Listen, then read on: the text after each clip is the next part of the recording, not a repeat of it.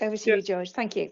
Thanks, Janet, and thanks, Nick. Thanks, Jane. So just following up on what you guys had mentioned about the idea of targeting and making manageable chunks to target your households. I'm just going to run through the low income tracker, the LIFT dashboard, and how that's used to do that, and how you can use the calculator to engage on not just DWP benefits, but additional benefits too. So the whole purpose of the dashboard and the calculator really is to identify who needs help, what form of help you can offer them, and why they might be in that position. Is it a impact from a policy reform? Is it transition to UC? What is it that's causing them to be in the position they're in? And then engaging with them, so using a calculator like ours, where you've got built-in eligibility, and then you can test new and future scenarios too. And then tracking the impact and the effectiveness of your intervention. So did this work when we implemented our campaign? So this is the first screen you would see on the LIFT dashboard. I'll run through this relatively quickly, but I just wanted to highlight it because it's not just benefits take up we can look at here. As Jane mentioned, you can look at DHPs, so how you're allocating them, what percentage you might have left to allocate. We also have pages on impact of welfare reform and transition to universal credit too. So there are other options here for how you might identify those who need help and create a cohort to engage with. But we'll carry on through the benefits take up, and this is similar to the screen that Nick showed you, but I've highlighted here the pension credit area where we've got a cohort of almost 3,000.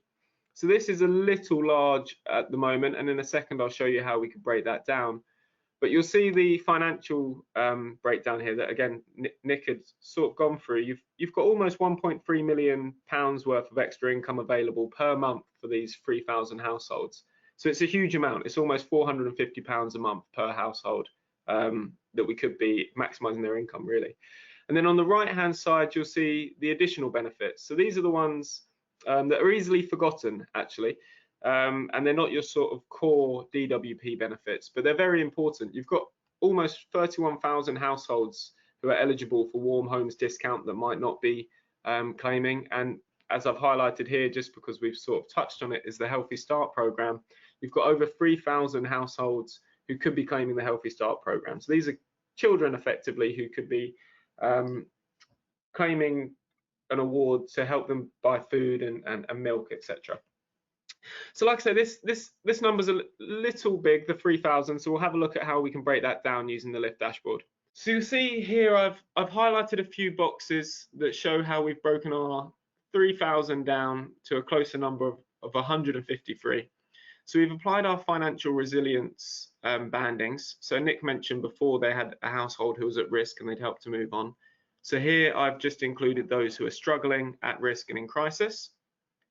To the right of that, I've included those who are in council tax arrears as well. So we're breaking this down onto those who, as Jane sort of mentioned, your 400 person who needs the help the most. So we're trying to break down to who really needs that help right now, and those in relative poverty as well. So that gives us a household amount of 153, which is probably far more manageable. And at this point, maybe you're looking at a calling engagement program rather than a mail shot, and maybe more manageable for tracking the outcomes as well. So once we've got our cohort, this is when we can start to look at that tracking element. So here you'll see we've got our 153 households have been put into the LIFT dashboard tracker. The key thing here is that we can track their progress from at risk into coping.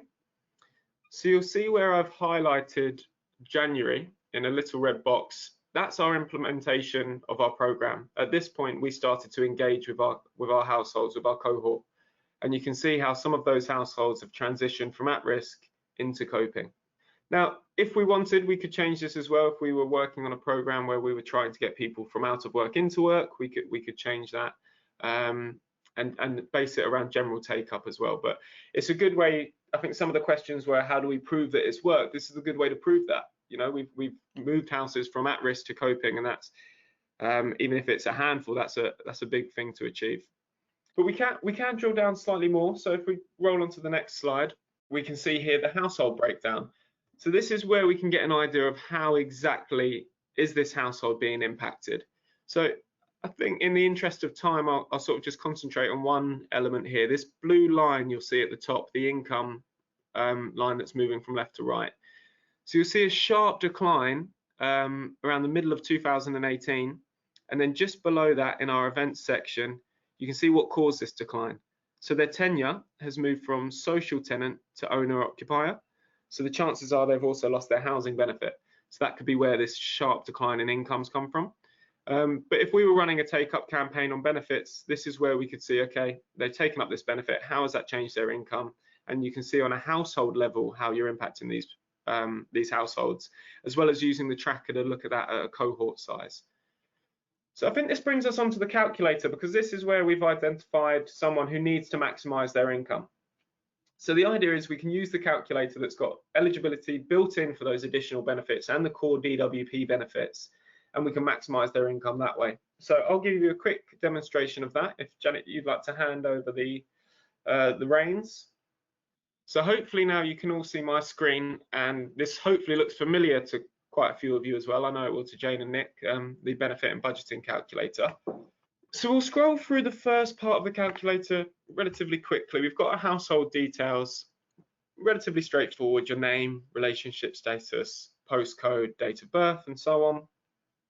And what we'll do is we'll get down to the area of who's in your household. So for this household, we'll put in one child, because we're trying to activate the Healthy Start program and the additional benefits. So we've got one child who's been born recently. We've put in here February 4th, and we'll carry on down. If we wanted to, and I'm sure you often do have more complex cases, we've got options here for disability and illness, which will bring up questions about limited capability for work, DLA, and so on. And as we'll see to become more important, I'm sure, questions here about non-UK nationals, and then we have student questions as well. But we'll carry on, we'll keep it a simple case and move on to the property details. So previously we'd input the postcode, which automatically produces the local council. So in this case it's St Albans. If it had been Folkestone and Hythe postcode, that would say Folkestone and Hythe.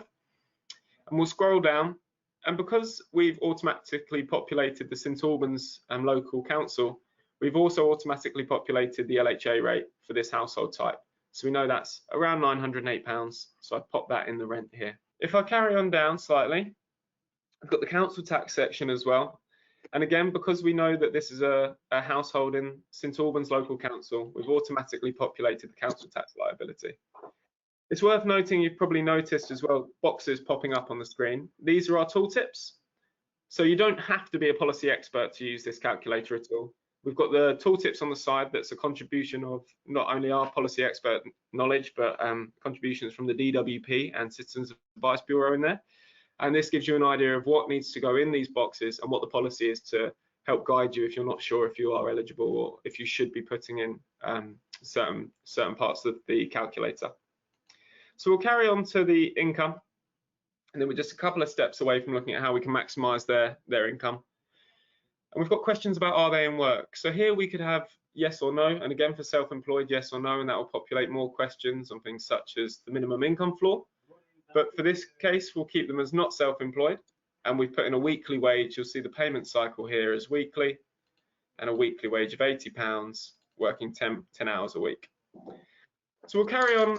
Now we'll skip straight to the results, and we'll have a look at how we can maximise their income. So when we go on to our results, we'll jump on the universal credit. We've got a little note here that highlights any claim would have to be for universal credit. And we can see their UC amount. We can take a breakdown of that, and if we wanted, click the blue apply button. That'll take you to the government website to apply. But what I want to highlight is on this right-hand side, advice and support. So this is where we're talking about the additional benefits, your £3.10 a week for the Healthy Start programme, your NHS free prescriptions, that although it's small packages can make quite a big difference. So we'll click information about your case, and that will bring those up.